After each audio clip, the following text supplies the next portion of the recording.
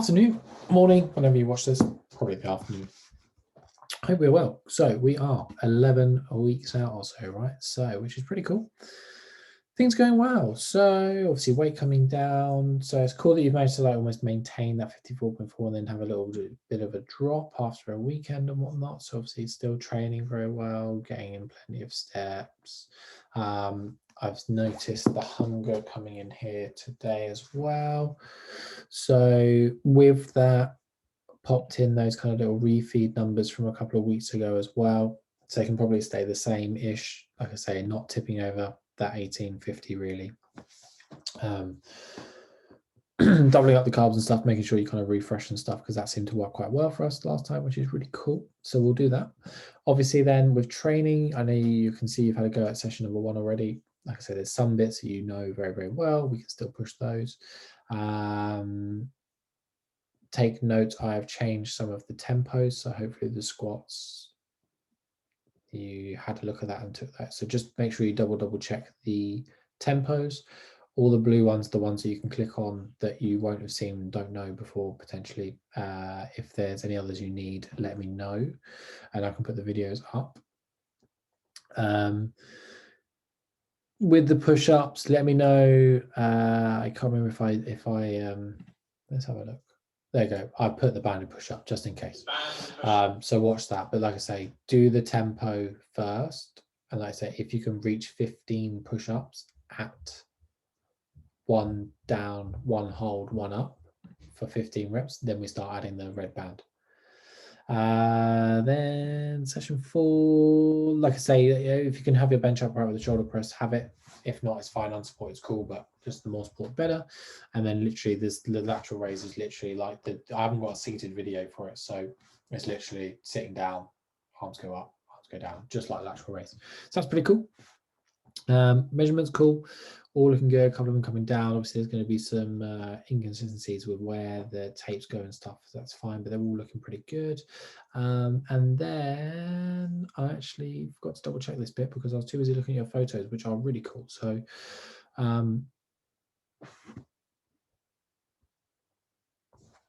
that doesn't even,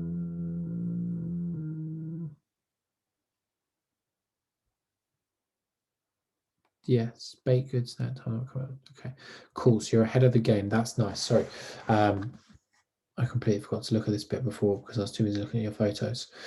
That's fine. You know it's coming, so then the refeed probably times in quite nicely for that. So that's cool. You can plan for those things. When it comes to sticking to calories, now is the time. And funnily enough, I've just said the same to Haley.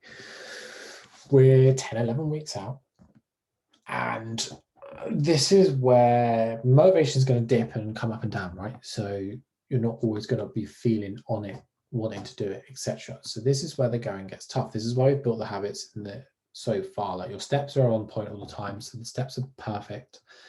The training is obviously going very, very well. So now it'll just be a case of sometimes pausing before, like say for example, you want the snack and you're about to have the snack. Pause, reassess your situation and go, right, is this going to hinder me in 10 weeks time if I have the stuff now? Do I really want it? Can I survive without it? And then make a decision on that. Obviously, if you feel like you really, really need it, have it, but you just need to account for it. So it might mean having something there, have something else has to give a little bit later on.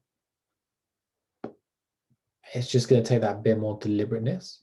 And what I will say, I know you do like your little baked treats and stuff. So there's a couple of lines of thoughts. You can either carry on providing mentally they're affecting you positively, but I would consider slowing them down. Potentially, if you find that because you're having them, you're then wanting other nice stuff.